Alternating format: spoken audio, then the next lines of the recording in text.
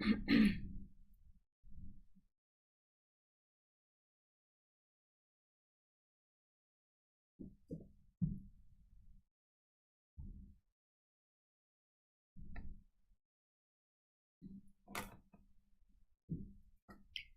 evening everyone. In this session we will be talking about vitamins. Alright, I am your educator for biochemistry, Dr. Sonam. So let's get started.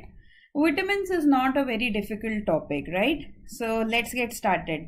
Most of the questions under vitamins which I feel are from water soluble vitamins for the MCQ portion, because at times what happens is in the MBBS first year examination there are not much questions which can be asked on water soluble vitamins in the long structured questions.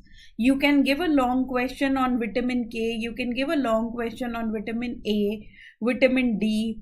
Usually nothing much is asked about vitamin E, but A, D and K you can get a long question on it. But when the time comes to make MCQs, we usually put water soluble vitamins in form of MCQs.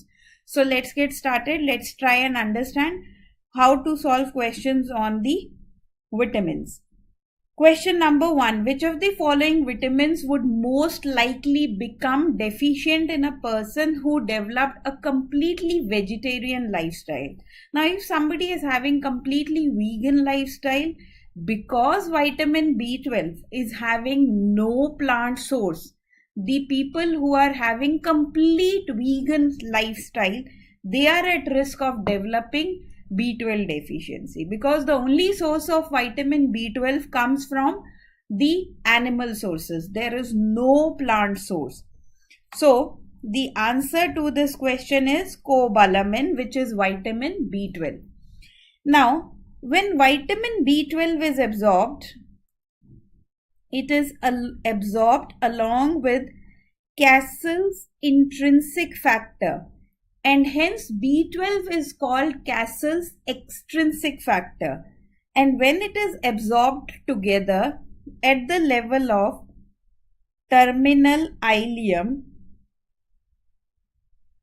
it is absorbed at the level of terminal ileum along with the intrinsic factor. This intrinsic factor itself comes from the gastric cells. A type of gastric cells is parietal cells, which is responsible for giving this intrinsic factor. Now, if somebody is having gastrectomy or somebody is having terminal ileectomy, that means resection of some segment of the gastric cells or some segment of the ileum, in that case vitamin B12 will not be absorbed. So yes, vegan lifestyle and people who have gastrectomy, ileectomy are also at risk of developing B12 deficiency. Then another question, the pellagra preventive factor is. The pellagra is a disease which is caused due to deficiency of niacin, vitamin B3. So the pellagra preventive factor is niacin. Niacin is vitamin B3. It is the active form of niacin we form in our body is NAD, which of course is converted to NADH, or NADP, which of course is converted to NADPH. So this nicotinamide adenine dinucleotide, or with the phosphate insertion, we use the niacin in this form. So niacin, wherever is required, it is required in the form of NAD, NADP, and there are so many dehydrogenases, and many of them they either use NAD or they use NADP. So some or the other reaction pertaining to NAD, NADPH is occurring, and that is why all those reactions will require niacin. If niacin is deficient, it will result in pellagra, which is characterized by 4 Ds: diarrhea, dermatitis. Dermatitis is of characteristic type. It affects only the neck region. It is affecting only the neck region, and it is known as Kessel's necklace. Actually, the dermatitis which occurs due to niacin deficiency affects dermatomes. If somebody is having vitamin B3 deficiency, that person will have symmetrical dermatitis. If there is dermatitis on the right shin, the same dermatitis will be present on the left shin as well. So if it is symmetrical, it is due to pellagra. It is due to B3 deficiency.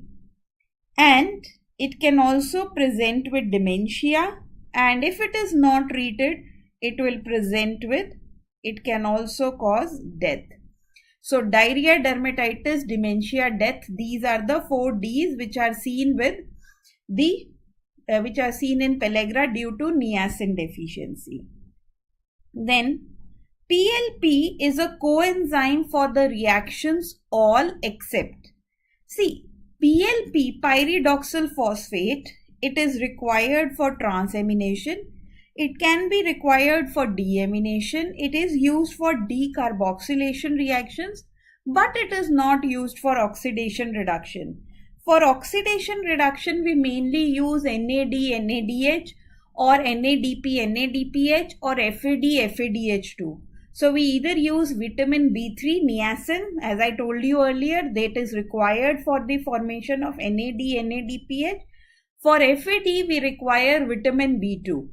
B2 is riboflavin, and riboflavin is going to form the FAD, flavin adenosine dinucleotide or flavin mononucleotide. FAD or FMN comes from vitamin B2. So the oxidation reduction reactions either needs B2, which is forming FAD or FMN, or B3, the dehydrogenases can use NAD or NADPH. The active forms of B2, B3 is FAD and NAD. Then the precursor of coenzyme A is, the coenzyme A is part of pantothenic acid. It is part of pantothenic acid. So the coenzyme A, which is formed in so many reactions in the form of acetyl-CoA, in the form of acyl-CoA, propionyl-CoA, all those reactions require CoA, and CoA comes from pantothenic acid, which is vitamin B5. B5 deficiency is extremely rare, but if it occurs, it is seen as burning feet syndrome in infants. So it causes burning feet syndrome. Otherwise, B5 deficiency is extremely rare, बहुत rare है. B5 deficiency. Vitamin E and B5 deficiency is extremely rare. The precursor of coenzyme A is pantothenic acid. Then biotin. Biotin is also known as B7, also known as vitamin H. So which of these reactions require biotin? Biotin is required for carboxylation reactions. So biotin is required for carboxylation reactions. There are actually 2 types of carboxylation reactions. Either it requires vitamin K, which causes gamma carboxylation of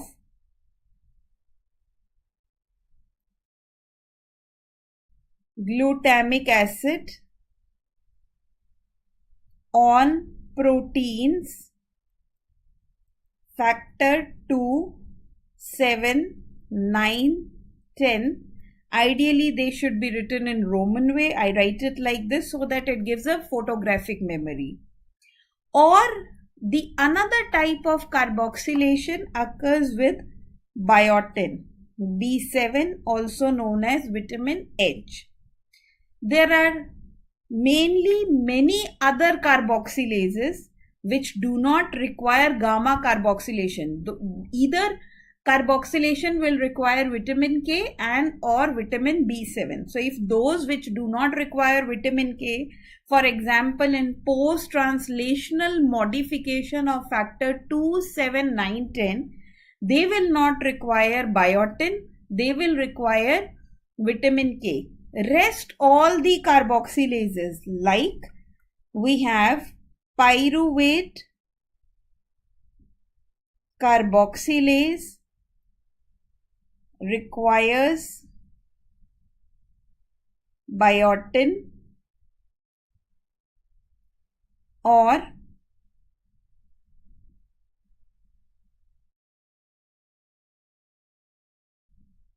acetyl-CoA carboxylase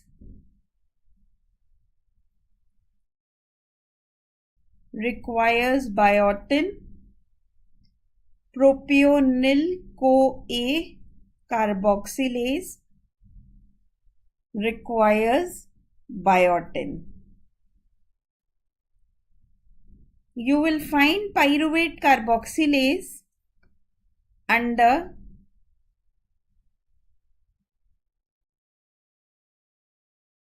gluconeogenesis. It is this enzyme which decides whether a cell will perform gluconeogenesis or not. Then we have acetyl-CoA carboxylase, that is the rate limiting enzyme of fatty acid synthesis.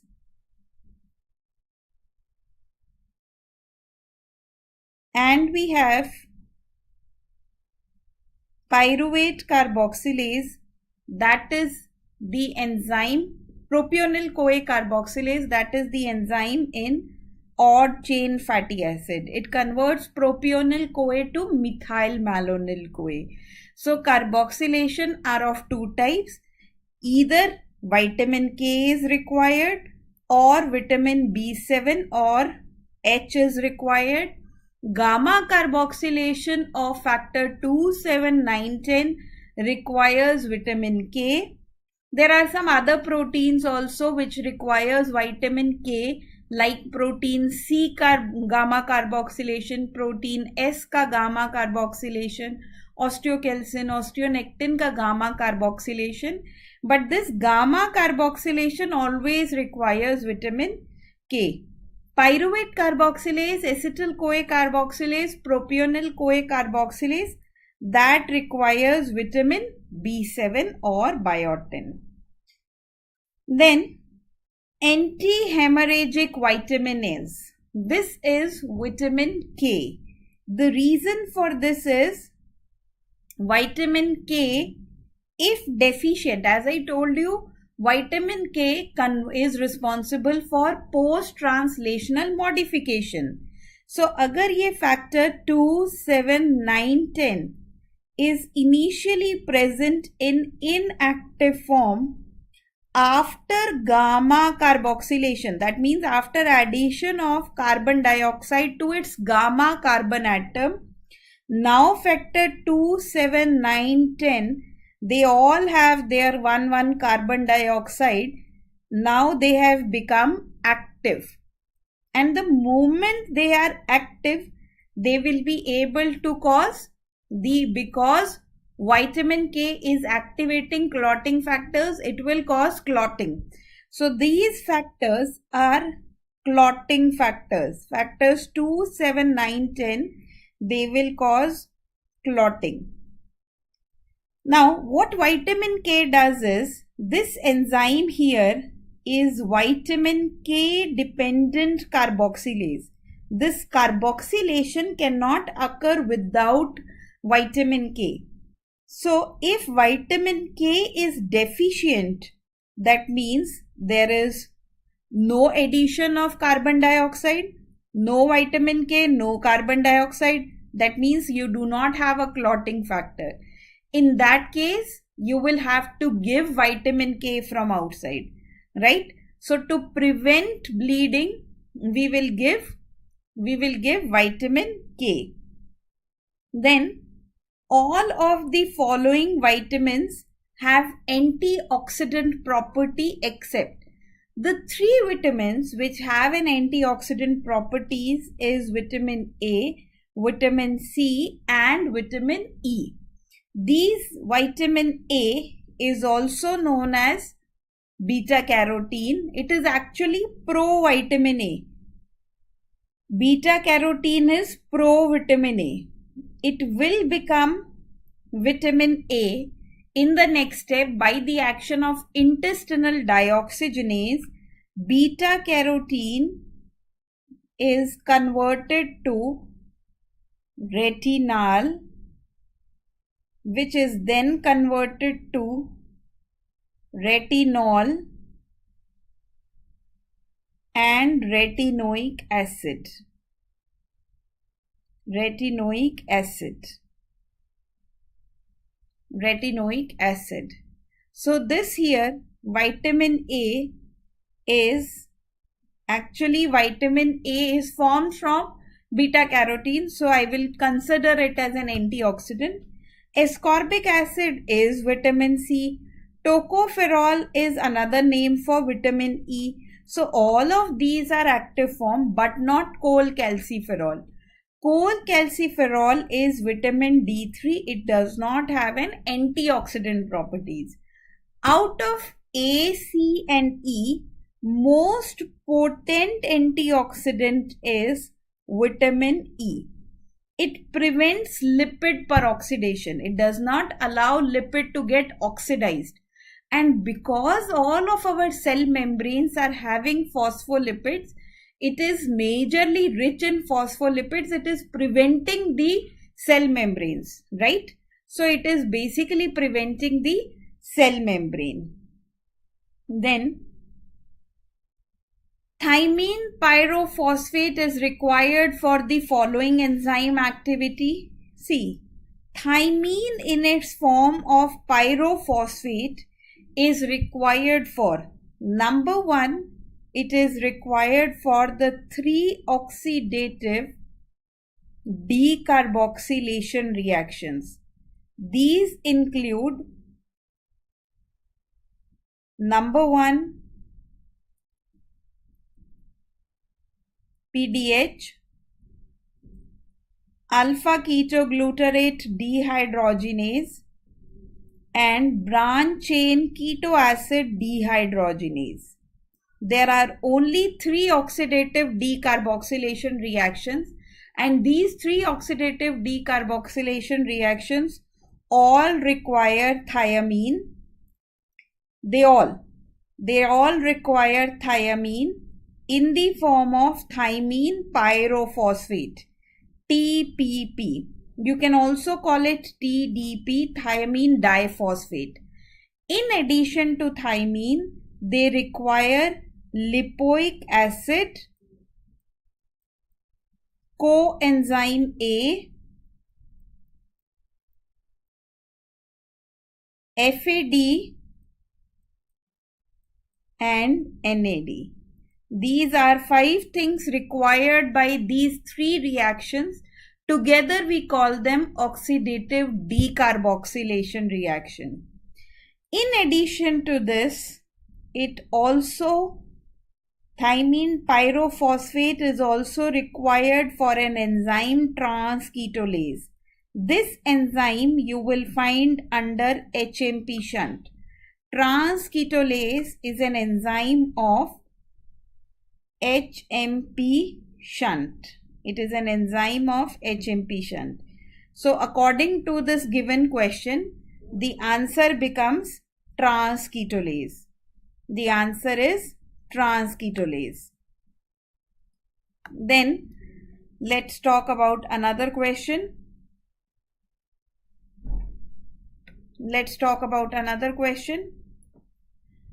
Excretion of FIGLU in urine occurs in deficiency of which vitamin? It is due to vitamin folic acid, B9. It is due to deficiency of B9. See, actually what happens is we give histidine. histidine. Histidine, by a series of reactions, is first converted to FIGLU, form iminoglutamic acid, which is then converted to glutamic acid, and this step requires B9.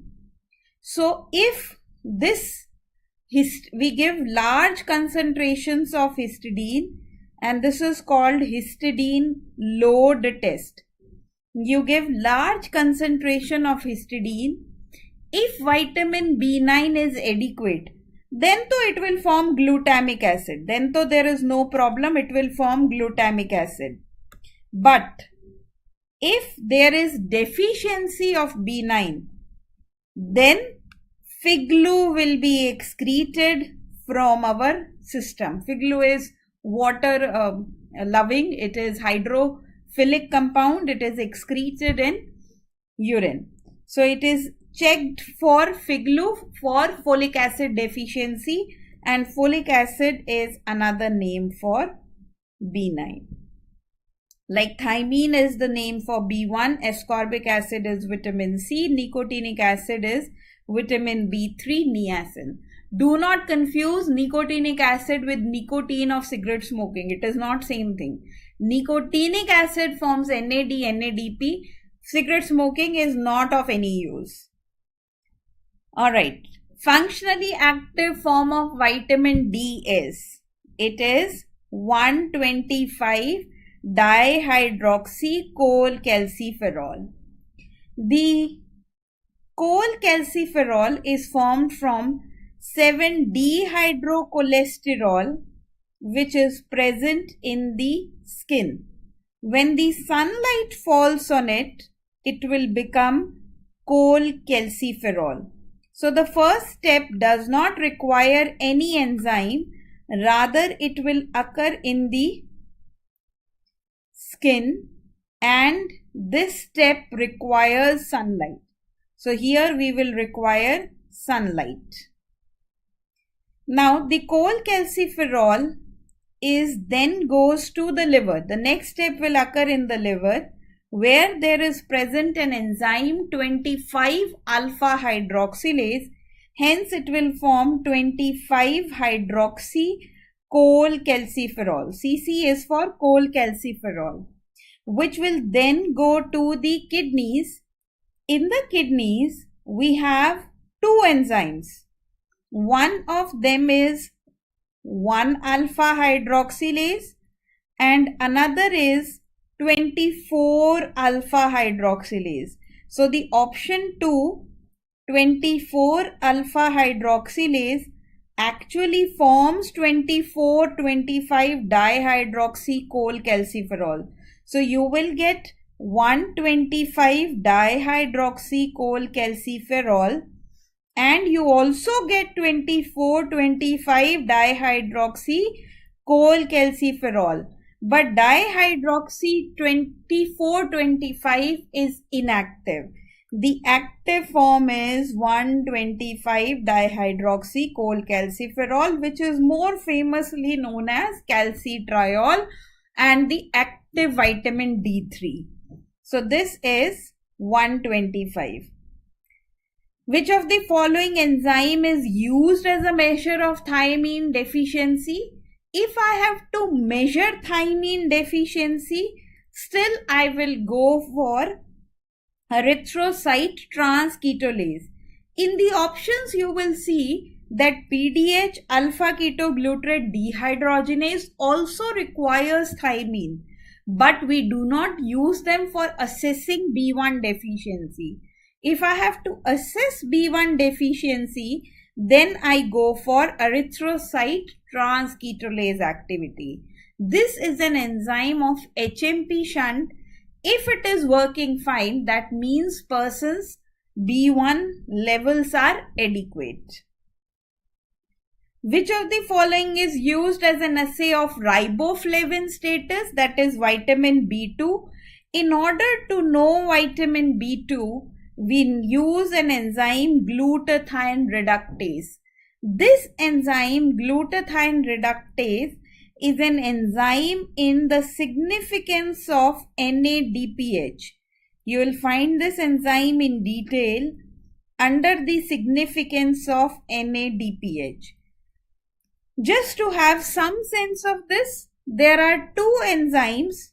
One is glutathione peroxidase and another is glutathione reductase.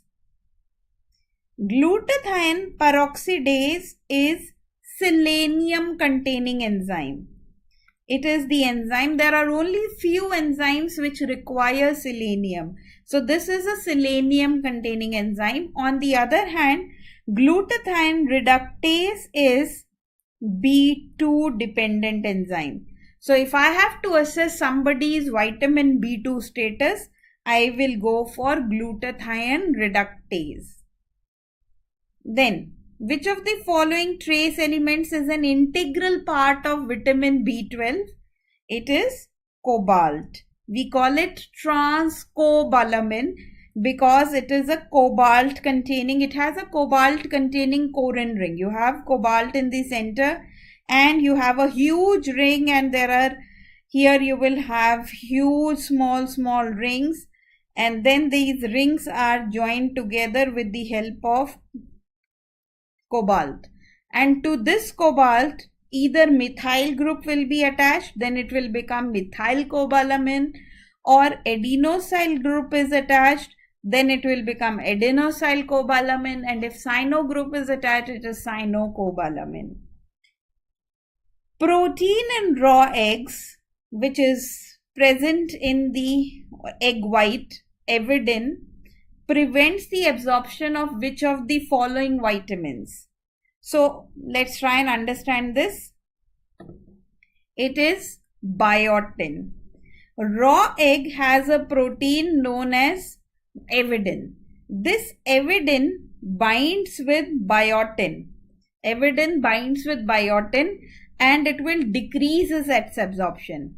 As a result, these people who are taking raw eggs or partially cooked eggs, they are at risk of developing biotin deficiency. Biotin, I told you earlier, is required for the three major carboxylases: pyruvate carboxylase, acetyl-CoA carboxylase, propionyl-CoA carboxylase. If biotin is deficient, it will cause hair loss. Of course, it will cause dermatitis, anorexia, nausea, vomiting. These are atypical signs and symptoms. But yes, remember, biotin is also known as B7, also known as H. For H, remember, it causes hair loss or alopecia. So try to remember that biotin deficiency causes alopecia. Then, for fatty acid synthesis, which of the following vitamins as a coenzyme is required? Any fatty acid synthesis will always require CoA. It always requires CoA. But CoA is a part of pantothenic acid, that is vitamin B5. The most important vitamin is vitamin B5 for any type of fat synthesis, whether it is TG, phospholipid, cholesterol, because the starting substrate is always acetyl-CoA.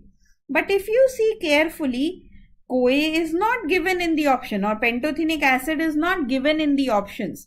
Now what to do? The very first reaction of the fatty acid synthesis, that is the rate limiting enzyme of fatty acid synthesis, is acetyl-CoA carboxylase. And I told you all carboxylases require biotin. So depending upon that, my answer for this question is biotin. If in the options acetyl-CoA or CoA dependent pantothenic acid would have been given, that would have been the best answer. Another question on vitamin B12. Deficiency causes increased excretion of. If there is B12 deficiency, there will be increased excretion of methyl malonyl-CoA. From the odd chain fatty acids, we will get a 3-carbon compound propionyl-CoA, which is converted to methyl malonyl-CoA, and this is a 4-carbon compound.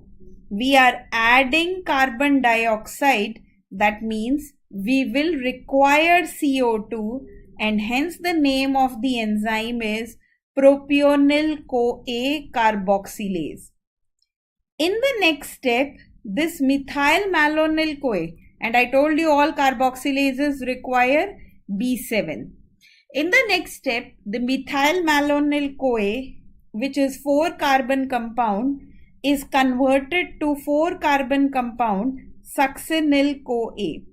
This step requires a mutase, and here we will have methyl malonyl-CoA mutase.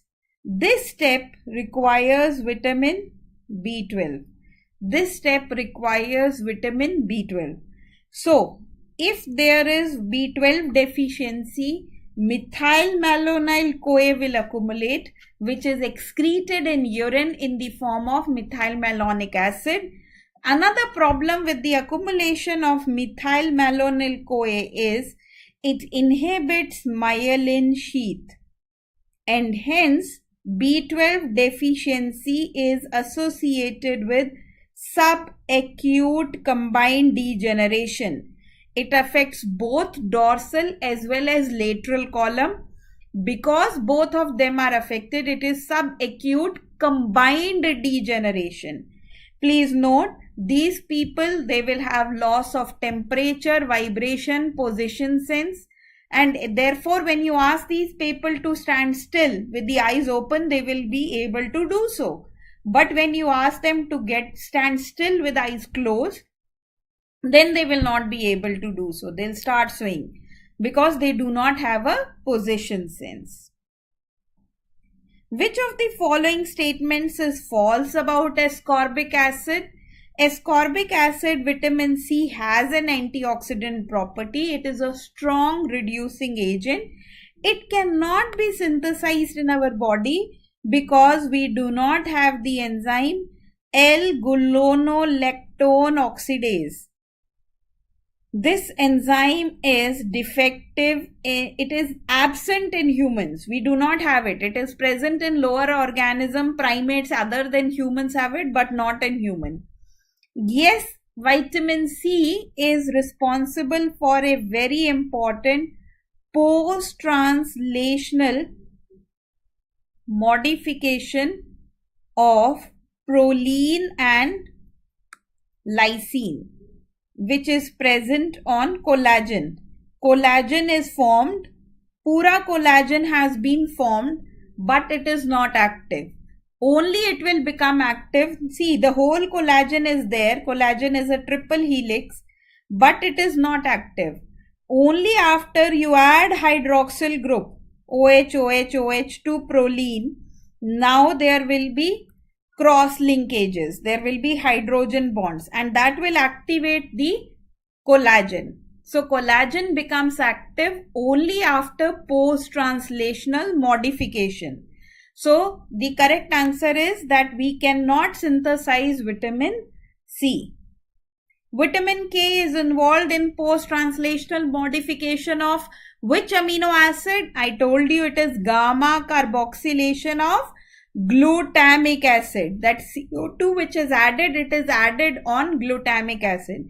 Glutamic acid gets that CO2. See, glutamic acid is an acidic amino acid. It already has one COO negative. Another one COO negative gets attached to it. Now it will have two COO negative. But this two COO negative, the second one has come because of the vitamin K dependent gamma carboxylation. And now this is present on factor 2 or 7 or 9 or 10, and they will become active. They will become active. A middle-aged woman with fissures in tongue, angular stomatitis, tingling, numbness in hand showed Reduced glutathione reductase activity. Which vitamin deficiency are we talking about? It's none other than vitamin B2. Classical presentation, angular stomatitis, that is chillosis, tingling sensations, neuropathy, all of them can happen with glutathione, with B2 deficiency, which will result in decreased activity of glutathione reductase. An alcoholic malnourished patient presents to hospital with respiratory distress. See the classical findings. Pedal edema is there, hypertension, systolic murmur, along with output cardiac failure. Output cardiac failure is made. Vitamin bilateral. Which vitamin deficiency causes bilateral crepitation? A diagnosis of congestive heart failure is there, so is made. Alright, so there is some transcriptional error. So it is basically high output cardiac failure is made, and diagnosis of high output, this is congestive heart failure. So it is seen with vitamin B1 deficiency. It is seen with vitamin. The cardinal feature here is B1 deficiency presents with wet beriberi. Two features, neuropathy and particularly the high output cardiac failure. So it is seen with thiamine deficiency, and that is beriberi. I am sure you have heard of two things about beriberi, dry and wet beriberi. Dry beriberi basically means that the patient is only having peripheral neuropathy. But if it is complicated with edema or which is due to congestive heart failure, then it is wet beriberi. So this is a presentation of wet beriberi. Same question. Concentration of pyruvic acid and lactic acid in blood is increased due to deficiency of vitamin. Whenever you have increase in pyruvate and lactate, that is due to thiamine deficiency. Remember, the enzyme PDH requires thiamine, and this is the step. That is why pyruvate will accumulate. Ultimately, it will be converted to lactate. So that is the reason why alcoholics are prone to develop lactic acidosis, because alcoholics particularly develop B1 deficiency, and hence they are prone to develop lactic acidosis. Pantothenic acid is a constituent of the coenzyme involved in acetylation reactions. We have seen this, and we told you that it is deficiency of B5 which will present with burning feed syndrome. Anywhere fatty acids are formed or any type of lipid is formed, it requires B5, pantothenic acid. Let's see others also. Decarboxylation will require B6. Dehydrogenation will require oxidation dehydrogenases, they require B1. So by and large, B1, B2 is required for oxidations and dehydrogenations. Xanthorenic acid is a reliable criteria for deficiency of the vitamin. Like histidine load test, we also have tryptophan load test. In this, we will give high concentration of tryptophan, which is converted by a series of reaction to kynurenine, which is then converted by a series of reactions to alanine and acetoacetate. Here there is an enzyme known as kynureninase. Please note, this enzyme here, kynureninase, requires vitamin B6. If B6 is adequate, then though there is no problem. It will form alanine and acetoacetate. But what if there is deficiency of B6? Then kynurenine will accumulate and it is converted to xanthorenic acid. The only source of xanthorenic acid can come from the tryptophan load test. There is no natural source of xanthorenic acid in our body. So it is used to assess pyridoxal phosphate or vitamin B6. Convulsive episodes occurs with whenever there is a severe deficiency of pyridoxine. Usually they will ask questions like neonatal convulsions हो रहे हैं, what is vitamin deficiency? It is pyridoxine.